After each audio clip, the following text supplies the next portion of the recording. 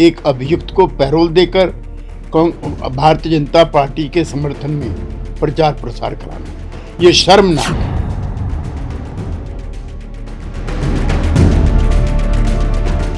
नाम बदलने से कुछ नहीं होता है। सभी को समझ है कि आपके काम से आपको जाना जाएगा। रेप मामले में दोषी राम रहीम की पेरोल पर रिहाई को लेकर दिल्ली महिला आयोग ने कड़ा रुख अपनाया है। दिल्ली महिला आयोग की चीफ स्वाति मालीवाल का कहना है कि गुरमीत राम रहीम एक बलात्कारी और हत्यारा है और कोर्ट ने उसे उम्र कैद की सजा सुनाई है। हम देखते हैं कि हरियाणा सरकार का जब भी मन करता है वो राम रहीम को पेरोल पर छोड़ देती है और इस बार तो बाबा पेरोल पर बाहर आकर अलग अलग जगहों पर सत्संग कर रहा है और इस सत्संग में हरियाणा सरकार के मंत्री भी हिस्सा ले रहे हैं। गुरमीत राम रहीम एक रेपिस्ट और मर्डरर है। कोर्ट ने उसको रेप और मर्डर के चलते हुए उम्र कैद की सज़ा सुना रखी है। ऐसे में हम देखते हैं कि हरियाणा सरकार का जब भी मन करता है वो गुरमीत राम रहीम को पैरोल पे छोड़ देते हैं और इस बार तो हद ही हो गई। इस बार जब उसको पैरोल पे छोड़ा गया तो वो अलग अलग जगहों पे जाकर सत्संग कर रहा है और इस सत्संग में हरियाणा सरकार के डिप्टी स्पीकर और मेयर पार्टिसिपेट कर रहे हैं। उन्होंने ये कहा है कि वो गुरमीत राम रहीम के बहुत बड़े भक्त हैं। तो ये कहाँ से न्याय है? ऐसे में गुरमीत राम रहीम वीडियोस निकाल रहा है और ये दिखाने की कोशिश कर रहा है कि वो कितना बड़ा संत है, अपनी इमेज को वाइट वॉश करने की कोशिश कर रहा है और हरियाणा सरकार पूरी तरीके से इस रेपिस्ट और मर्डरर के साथ दिख रही है। बहुत ही ज़्यादा शर्म की बात है और मैं अपील करती हूँ हरियाणा सरकार से, तुरंत इस आदमी की पेरोल कैंसिल कीजिए। ये एक रेपिस्ट है, मर्डरर है और इसकी असली जगह जेल है। महिला कार्यकर्ता रितु सक्सेना ने राम रहीम के हनीप्रीत का नाम रूहानी दीदी रखने पर कहा कि सत्ता को दाएं हाथ से बाएं हाथ में ट्रांसफर किया गया है। रिमोट तो दाएं हाथ में ही रहेगा और बायां हाथ यानी कि हनीप्रीत को रिमोट के इशारे पर चलना होगा। इसके साथ ही रितु ने सरकार से दरखास्त की कि आरोपियों को कोई भी छूट ना दी जाए। सत्ता वहीं की वहीं है, सिर्फ नाम बदला गया है।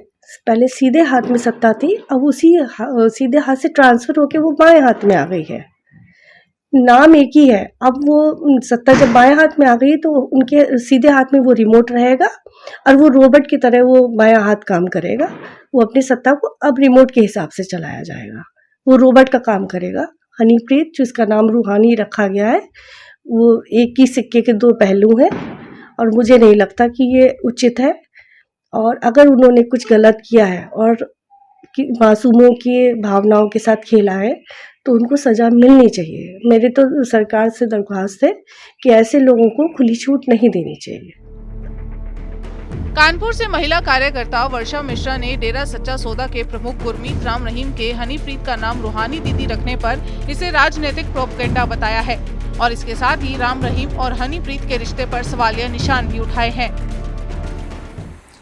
देखिए, सच्चा डेरा सौदा के प्रमुख जो राम रहीम हैं, उन्होंने जो उनकी शिष्या थी हनीप्रीत कौर, उनका नाम बदल के रूहानी दीदी कर दिया।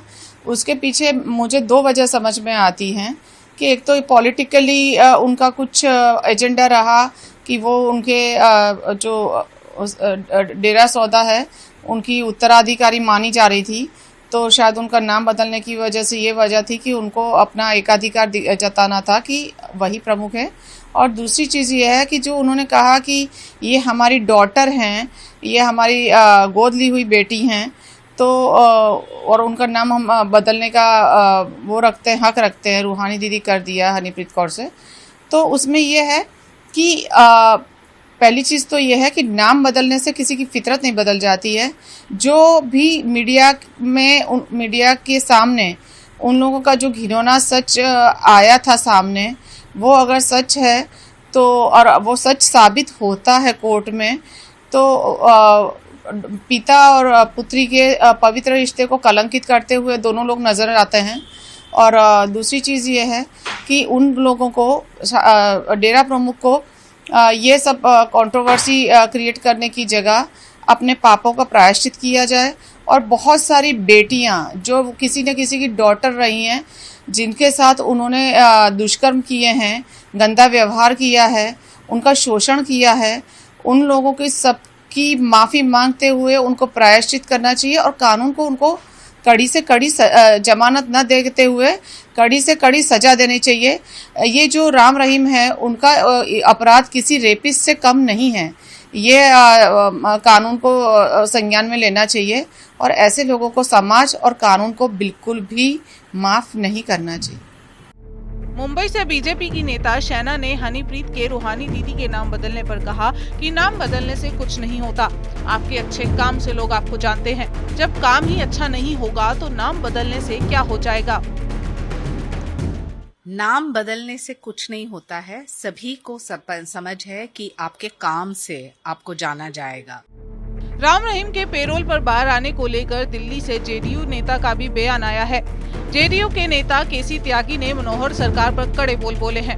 इसके साथ साथ राम रहीम के सत्संग को त्यागी ने शर्मनाक तक कह डाला। फल बनाने के लिए हरियाणा सरकार का षड्यंत्र है। एक बलात्कारी एक अभियुक्त को पैरोल देकर भारतीय जनता पार्टी के समर्थन में प्रचार प्रसार कराना, ये शर्मनाक है।